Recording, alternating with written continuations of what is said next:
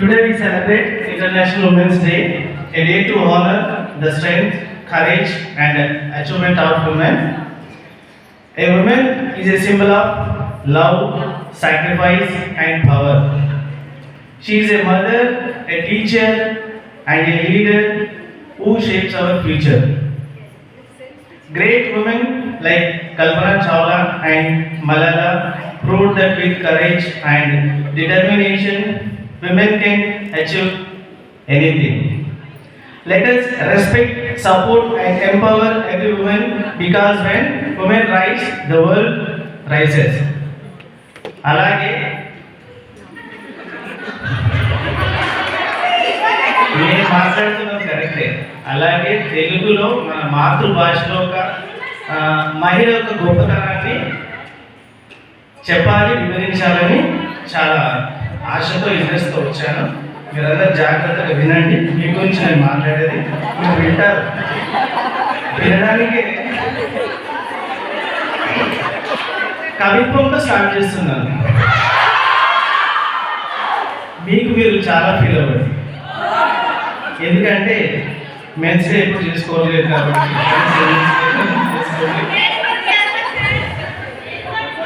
కవిత్వం, ఆమె నవ్వు ఒక వెలుగు.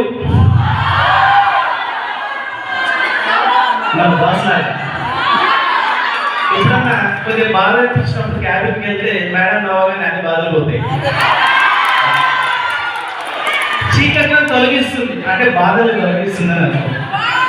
ఆమె మాట ఒక ధైర్యం, నేను ఉన్నాను కదా అంటారు. నిరాశను తొలగిస్తుంది. ఆమె అడుగు ఒక మార్పు, చరిత్రను సృష్టిస్తుంది. ఆమె ఒక మహిళ, ప్రపంచానికి ప్రేరణగా నిలుస్తుంది. అవునా కాదా? అవును, ఎందుకంటే మీ గురించి మీరు ఎప్పుడైనా గొప్పలు చెప్పుకుంటారు. ఈరోజు మనం ఎంతో గౌరవంగా జరుపుకుంటున్నది ఇంటర్నేషనల్ ఉమెన్స్ డే. కేవలం ఒక రోజు కాదు, మహిళ గొప్పతనాన్ని, వారి శక్తిని, వారి త్యాగాన్ని గుర్తు చేసే ఒక చరిత్ర రాయాలన్న మీరే, దాన్ని నిలబెట్టాలన్న మీరే, దాన్ని ముందుకు తీసుకెళ్ళాలన్న మీరే. దాన్ని ఇంకా నేను ఇంకో వర్డ్ చెప్పలేను, ఎందుకంటే ఆ గొప్పతనం మీకే వదిలేస్తున్నాను. మహిళ అంటే కేవలం ఒక వ్యక్తి కాదు, ఆమె ఒక తల్లి రూపంలో ఉన్న దేవత. చూడండి ఎట్లా కలకాలు ఆడిపోతున్నారు.